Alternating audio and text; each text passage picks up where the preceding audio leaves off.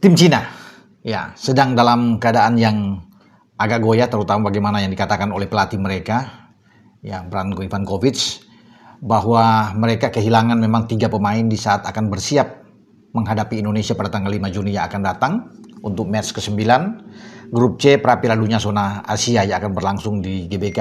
Tentunya menjadi pukulan berat buat mereka ketika harus kehilangan Wule ya. Dengan cedera lututnya, Wule itu dipastikan ya sudah kemarin itu Federasi Sepak Bola Cina sudah mengatakan bahwa dia tidak bisa ikut jadi pemain sayap yang sangat bagus juga.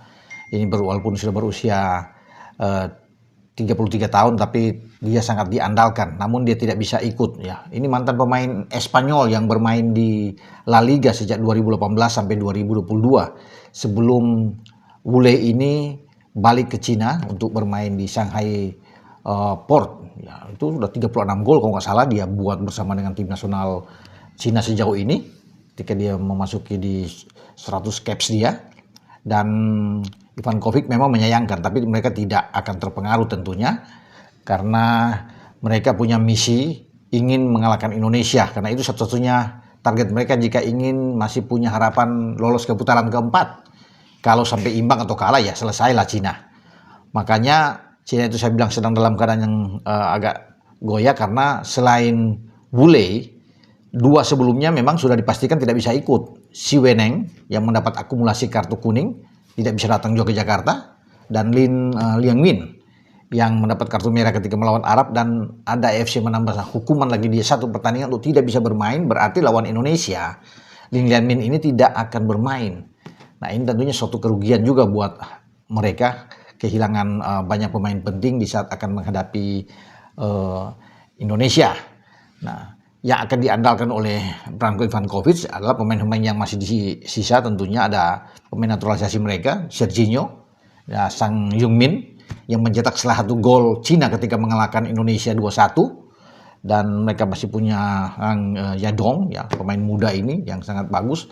Kemudian kalau dari daftar terakhir yang bisa dilihat di sini, mereka ada juga Wei Sihao. Ini pemain yang berbahaya, gelandang serang mereka yang harus diperhatikan saya pikir oleh Patrick Kluivert sebagai pelatih tim nasional Indonesia, bahwa ini pemain yang bagus ya.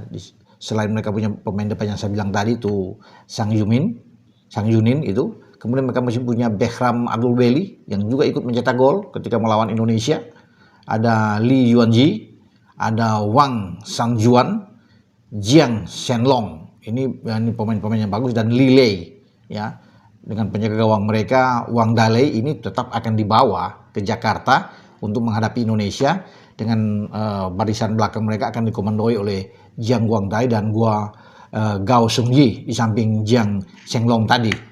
Jadi itu materi yang tersisa yang akan dibawa, dan mereka tetap yakin ya bahwa mereka ingin mengalahkan Indonesia dan itu bisa mereka capai. Nah, Ivankovic juga sudah mengatakan bahwa untuk mengalahkan Indonesia, mereka harus bermain ofensif. Jadi tidak akan bermain menunggu atau bertahan. Ini akan percuma buat mereka karena mereka ingin ada gol. Ya, ingin bisa mencetak gol, dan itu misi mereka, target mereka ke gawang Indonesia yang nantinya akan dikawal oleh Emil Audero, teman-teman ya. Dan itu Ivankovic sudah mengatakan mereka akan menekan sejak awal pertandingan. Terus bermain dengan ofensif melawan Indonesia. Saya pikir kita tidak akan terpengaruh. PK juga tahu ya apa yang harus dia lakukan ya untuk mengalahkan Cina. Kalau mereka bermain terbuka ya kita akan juga beli apa yang mereka inginkan itu. Ya istilahnya jual beli pukulan di sini kalau di istilah ditinju itu. Dan saya pikir kita bermain di kandang. Kita tetap fokus saja, konsentrasi untuk menghadapi Cina ya.